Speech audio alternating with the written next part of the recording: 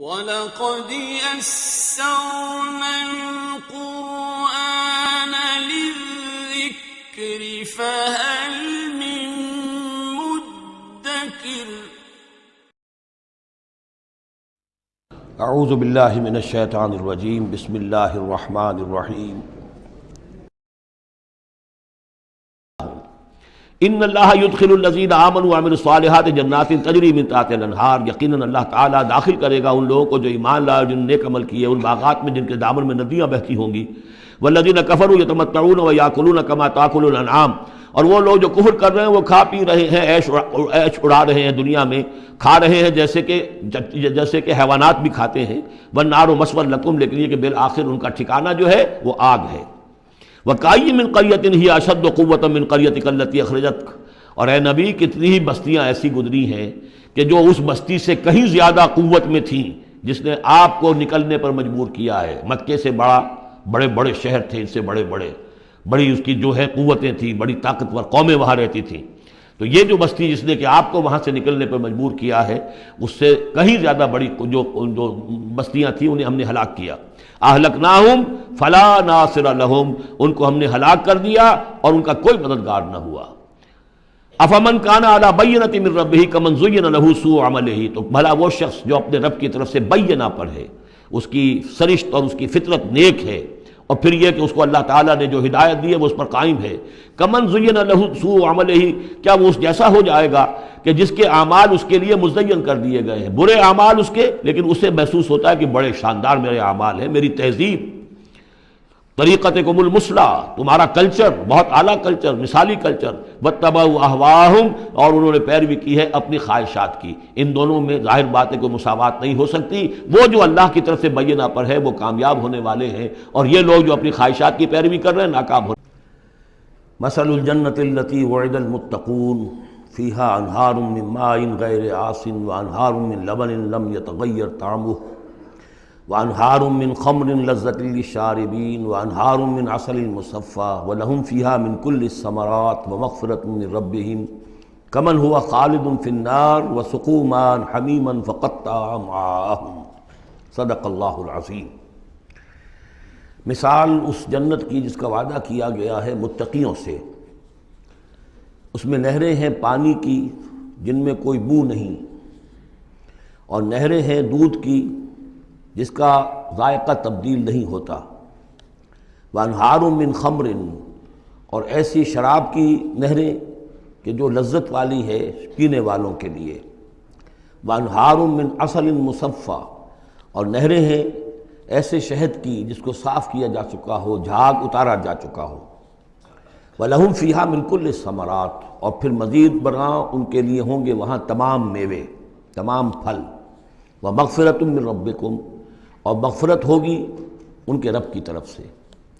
بھلا یہ لوگ کمن ہوا خالد فی النار، بھلا وہ لوگ کہ جو ان جنتوں میں ہوں گے ان کے برابر ہو سکتے ہیں وہ کہ جو ہیں آگ میں، جو رہیں گے ہمیشہ آگ میں۔ وَسُقُوا مَاءً حَمِيمًا، اور انہیں پینے کو دیا جائے گا کھولتا ہوا پانی۔ فقطع امعاءہم، جو ان کی اتلیوں کو کاٹ کر رکھ دے گا۔ وَمِنْهُمْ مَنْ يَسْتَمِعُ إِلَيْكَ، اب یہاں سے جو اصل مضمون اس سورہ مبارکہ کا ہے، جو میں پہلے عرض کر چکا ہوں کہ قتال سے جو طبیعت اب گھبرا رہی تھی کچھ لوگوں کی، خاص طور پر جن کے دلوں میں روک تھا، منافقت تھی، ان کی کیفیت ہے جو اس سورہ مبارکہ میں بڑی تفصیل سے آئے گی۔ وَمِنْهُمْ مَنْ يَسْتَمِعُ إِلَيْكَ، ان میں سے کچھ لوگ ایسے بھی ہیں جو اے نبی آپ کی بات بڑی توجہ سے سنتے ہیں۔ حتیٰ اذا خرجوا من عندک، یہاں تک کہ جب وہ آپ کے پاس سے نکل کر باہر جاتے ہیں، قالوا للذین اوتوا العلم ماذا قال آنفا، تو وہ کہتے ہیں ان کو کہ جنہیں علم دیا گیا، کیا کہا انہوں نے، اب یہ نئی بات آج کیا کہہ دی انہوں نے۔ یہ اوتوا العلم سے مراد اہل ایمان بھی ہو سکتے ہیں، کہ وہ لوگ اہل ایمان میں سے جو لوگ ان میں زیادہ سمجھدار ہیں اور جن کو سمجھتے ہیں کہ زیادہ ان کو اللہ نے فہم عطا فرمایا، ان سے پوچھتے ہیں یہ بات کچھ سمجھ میں نہیں آئی جو آج کہی ہے محمد نے صلی اللہ علیہ وسلم، یا پھر یہ اہل کتاب سے جا کر پوچھتے ہیں جو علم والے جن کو علم پہلے دیا گیا تھا۔ ماذا قال آنفا، یہ کیا کہہ دیا، یعنی جنگ کے بارے میں جو بھی اب کوئی تجویز ہو رہی ہے، اقدام کا مرحلہ ہے، اب نکلنا ہے، قریش کے قافلوں کا پیچھا کرنا ہے۔ ماذا قال آنفا اولئک الذین طبع اللہ علی قلوبہم، یہ وہ لوگ ہیں کہ جن کے دلوں پر اللہ تعالیٰ نے مہر کر دی ہے، واتبعوا اہواءہم، اور یہ اپنی خواہشات کی پیروی کر رہے ہیں۔ یعنی یہ ہچکچاہٹ جن کے اندر پیدا ہو گئی ہے، در حقیقت یہ نشانی ہے اس بات کی کہ ان کے دلوں میں منافقت پیدا ہو چکی ہے۔ والذین اہتدوا زادہم ھدی، اور جو ہدایت پر ہیں اللہ تعالیٰ نے ان کی ہدایت میں اضافہ کیا ہے۔ اس نئے مرحلے کے آنے سے ان کے جوش ایمان میں اور ذوق شہادت میں اضافہ ہو گیا ہے۔ وآتاہم تقواہم، اللہ تعالیٰ نے انہیں ان کے تقوی میں اور اضافہ فرمایا ہے۔ فہل ینظرون الا الساعۃ ان تأتیہم بغتۃ، تو یہ کس چیز کے منتظر ہے سوائے قیامت کے کہ وہ آ دھمکے ان پر اچانک۔ فقط جاء اشراطھا، اس کی علامتیں تو آ چکی ہیں۔ یعنی قیامت کی سب سے بڑی علامت جو ہے وہ در حقیقت حضور صلی اللہ علیہ وسلم کی بعثت ہے، جو کہ آپ آخری رسول ہیں، اور آپ نے فرمایا بھی ہے کہ بعثت انا والساعۃ کہاتین، دونوں انگلیوں کو آپ نے جوڑا، میں اور قیامت اس طریقے سے جڑے ہوئے۔ اب میرے بعد کوئی اور نبی نہیں، انا آخر المرسلین وانتم آخر الامم، میں آخری رسول ہوں، تم آخری امت ہو، تو اب آپ کے بعد تو قیامت ہی آنی ہے۔ فأنیٰ لہم اذا جاءتہم ذکراہم، تو جب وہ آ جائے گی، ان پر دھمک آ جائے گی، آ دھمکے گی، تو پھر اس وقت ان کا یاد کرنا یا نصیحت اخذ کرنا یا سبق حاصل کرنا ان کے کس کام کا ہوگا؟ فَاعْلَمْ أَنَّهُ لَا إِلَٰهَ إِلَّا اللَّهُ وَاسْتَغْفِرْ لِذَنبِكَ، بس جان لو کہ اللہ کے سوا کوئی معبود نہیں، اور اپنی خطاؤں کے لیے اللہ سے استغفار کرو۔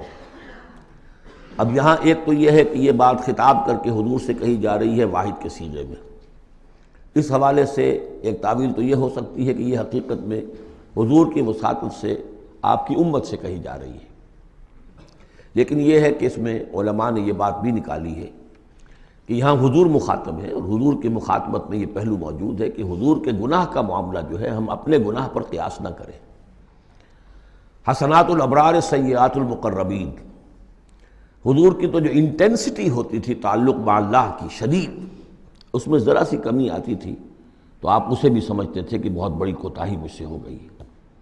گویا کہ ہمارے لیے تو کہیں بمشکل کبھی اللہ تعالیٰ کی خصوصی عنایت سے طبیعت کے اندر انشراح ہو جائے تو یہ بہت بڑی نعمت ہے، اور حضور کے لیے وہ تو انشراح تو ہر وقت رہتا ہی تھا۔ اگر ذرا سا کہیں کسی مسئلے میں تھوڑی سی اس انشراح کی شدت میں کمی آ جائے تو آپ اسے بہت بڑی اپنی کوتاہی، بڑا گناہ سمجھتے تھے۔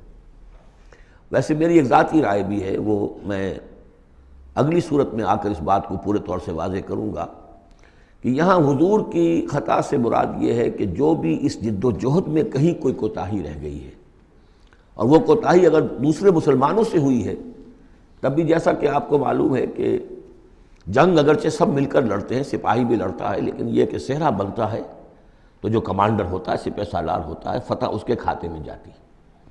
اسی طریقے سے شکست ہو جائے تو شکست کا جو کلنک کا ٹیکہ ہے وہ بھی ظاہر بات ہے کہ سپہ سالار کے ماتھے پر لگے گا، چاہے اس میں غلطی کسی اور کی ہو جائے۔